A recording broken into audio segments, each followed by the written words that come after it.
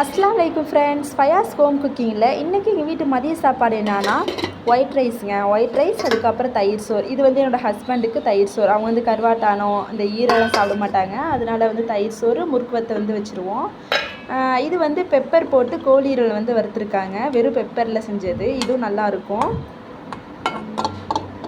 அதுக்கப்புறம் வந்து நல்லா காரமாக வந்து கோழீரலை வந்து மாமி செஞ்சுருந்தாங்க.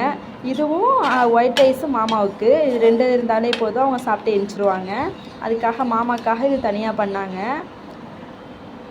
இதுவும் டேஸ்ட் வந்து சூப்பராக இருந்துச்சு.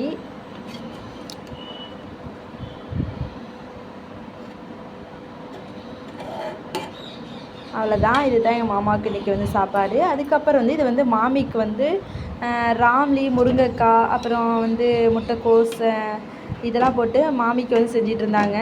இது வந்து என் ஹஸ்பண்டு, மாமா அவங்களாம் சாப்பிட